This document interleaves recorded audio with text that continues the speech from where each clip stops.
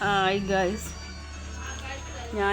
ഇന്ന് നമ്മൾ ഒരു സ്പെഷ്യൽ ഐറ്റം ഉണ്ടാക്കുന്നത്. അപ്പോൾ നിങ്ങൾ ഓർക്കും സ്പെഷ്യൽ ഐറ്റം ഇത് ദോശയല്ലേ, പിന്നെ എന്ത് സ്പെഷ്യൽ എന്ന് അങ്ങ് ഓർക്കുമായിരിക്കും അല്ലേ? എന്നാൽ ഇത് എന്ത് ദോശയാണെന്ന് നിങ്ങൾക്ക് ഊഹിച്ച് പറയാൻ പറ്റും. നിങ്ങൾ ഓർക്കും ഇത് ഗോതമ്പ് ദോശ ആയിരിക്കണം. എന്നാൽ ഇത് ഗോതമ്പ് ദോശയല്ല, ഇത് അമൃതം പൊടി കൊണ്ടുള്ള ദോശയാണ്. ഞാൻ അമൃതം പൊടി എടുത്തായിരുന്നു, ഒരു ശകലം എടുത്താണ്. അപ്പോഴത്തേക്ക് ഞങ്ങളത് ദോശ ഉണ്ടാക്കേണ്ട.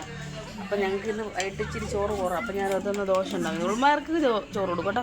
അപ്പോൾ ഞാൻ ദോശ കഴിക്കും, 2-3 ഉണ്ടാക്കി ഞങ്ങൾ. അപ്പോൾ ഇത് ലാസ്റ്റ് ദോശ ഉണ്ടാക്കി തീർന്നുണ്ട്. 3 ഉണ്ട്. ഇതിപ്പം എടുക്കും ഞങ്ങൾ. കുഞ്ഞുങ്ങൾക്ക് വേണം ചോദിക്കട്ടെ.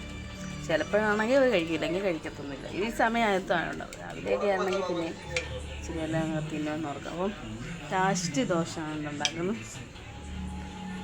അപ്പോൾ നേരത്തെ ഞാൻ അമൃതം പൊടി കൊണ്ട് ഇഡലിയൊക്കെ ഉണ്ടാക്കിയിട്ടുണ്ടായിരുന്നു, നേരത്തെ ഒരു വീഡിയോസിൽ. മാസങ്ങൾ മുമ്പ് അങ്ങാണ്ടാന്ന് തോന്നുന്നു കേട്ടോ.